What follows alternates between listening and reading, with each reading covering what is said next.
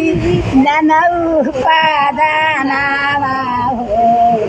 हमरा बानी पति पर हमरा बानी पति पर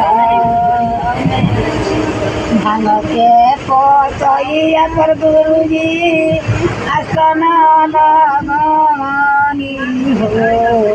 महिया लाफा के कुचिया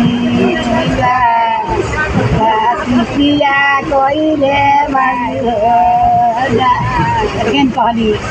का भइल काहे के काहे के करी गुरुजी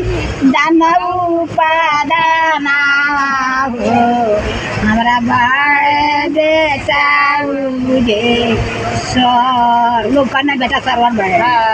हमरा बाए बेटा मुझे सर